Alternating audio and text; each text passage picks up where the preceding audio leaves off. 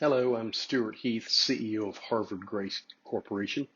And in this week's planning and forecasting segment, I thought I would get straight to the question that I've been asked several times and get asked often.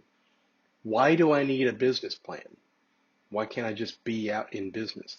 And especially when people are new to business or starting a new business, there's so many things to do. They wonder, and they think, well, I got to do a business plan to get a loan or to get money. And yeah, that's true. But actually, investors want to see people who are essentially in the constant state of planning.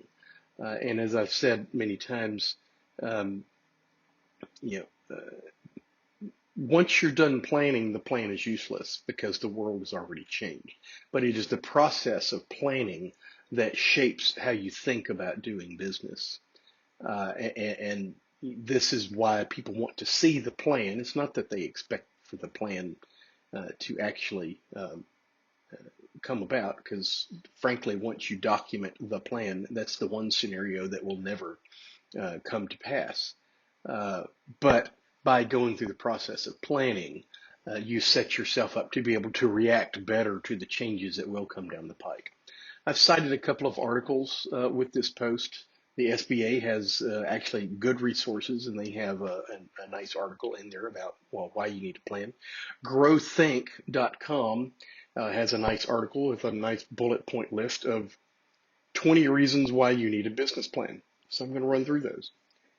And I think the first one is spot on. To prove that you are serious about your business.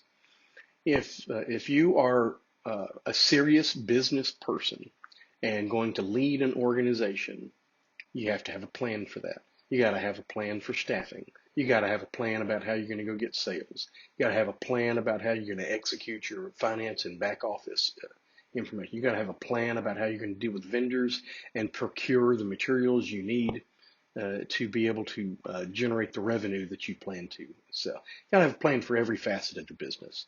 And that's either going to be hard or easy depending on what business you're in.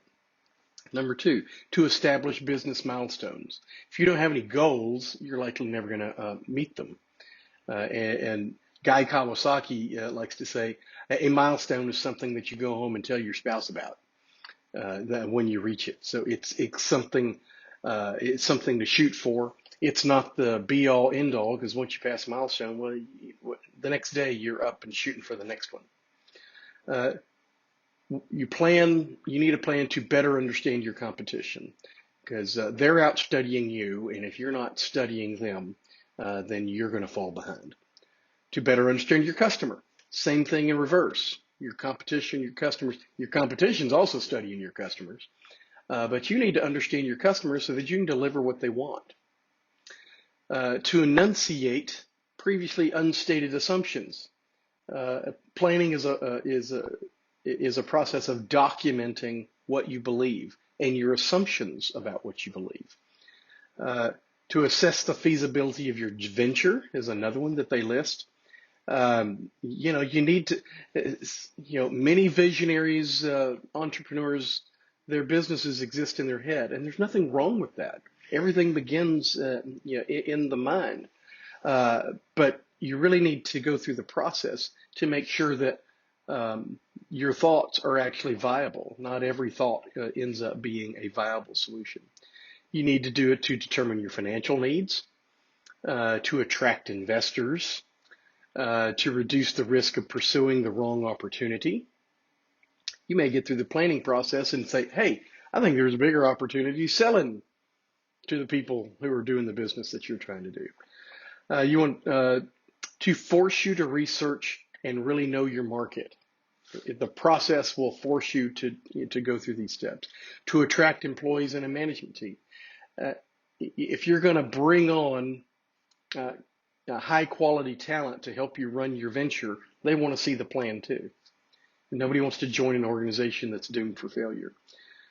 To plot your course and focus your efforts, because once you do your plan, that will boil down into quarterly goals and monthly goals and down to essentially daily task lists.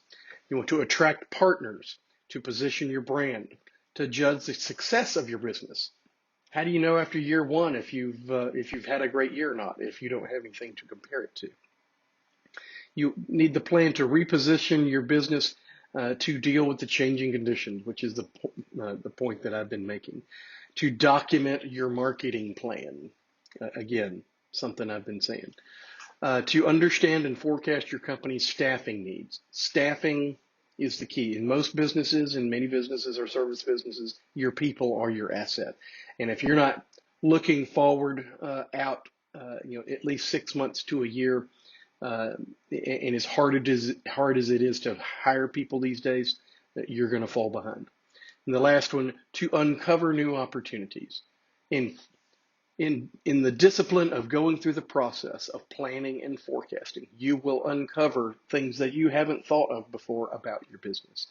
And mainly, planning and forecasting is about stepping outside of your business, stepping outside of the daily operations, and going through the process of thinking about your business. As I like to say, it's better to work on your business than in your business. Anyway, this is exactly what Harvard Grace helps clients do. If we can help you, just give us a holler. Thanks a lot.